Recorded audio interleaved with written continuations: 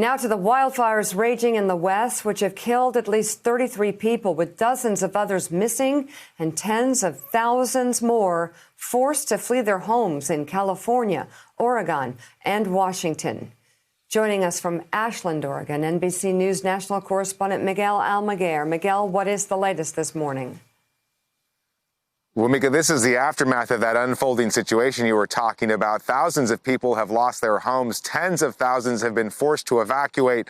Later on in California today, the president will arrive to meet with firefighters to assess the situation. And while this family was lucky to make it out of their home alive, many others were not. As infernos continue to explode across Oregon, the search intensifying for dozens of people still missing. 16 fires are burning here, incinerating entire towns. It looks like a bomb went off. Tens of thousands evacuated, many sheltering in parking lots. Oregon officials now bracing for mass fatalities. Hundreds of residents left homeless, including those on the front lines, like Fire Chief Christiana Rainbow Plews. She and 12 of her volunteer firefighters all lost their homes. The human spirit that's being shown right now with the kindness and the support is exactly what all of us needed. Oregon officials now worried these fires may not be put out until November, when the rainy season begins.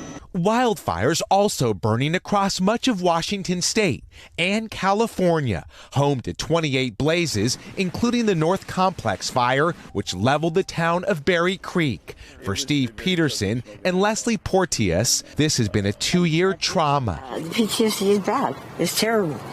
In 2018, the couple lost their home to the Paradise Fire and have been homeless ever since. Now their campgrounds have been evacuated because of the smoke. It's hard, and we need help. We absolutely do need help. With California burning through its billion-dollar budget to fight fires, critics say the state isn't doing enough to suppress them. We can get more aggressive. We can be more prescriptive. There is something so fundamental that also cannot be denied, and that is climate change. Across the West, lives and livelihoods on the line as this disaster becomes a new permanent reality.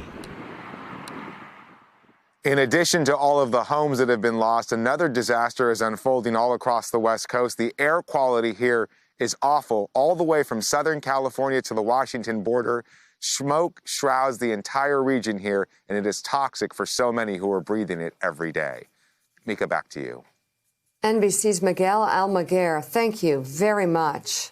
Bob Costa, what are you going to be working on this week? A lot of different things going on in Washington. What are you looking at? A couple quick things to follow up on that report. The fires, the president going to California. This is a major issue that goes beyond California, a blue state. This goes into Oregon and Washington, and it has an effect on the entire western United States. What's the answer here from President Trump as the leader of the federal government? What's the answer from Vice President Biden in terms of bringing climate change more to the fore of this national debate? And the other thing I'm watching, Joe, quickly, the government funding about to expire in a couple weeks here in Washington. Will this force any kind of deal for millions of Americans who are looking to Washington to provide them with more stimulus checks, more support?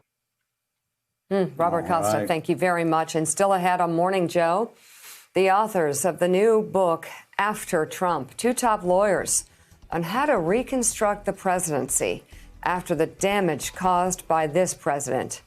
And as we go to break, we wanted to read this tweet from GQ magazine correspondent Julia Yaffe.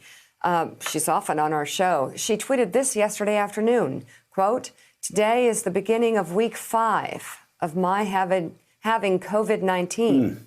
This time last week, I was nearly hospitalized. I am now on the up and up now, but seriously, be careful out there. This thing is no joke." We wish Julia well and look forward to having her back here on Morning Joe.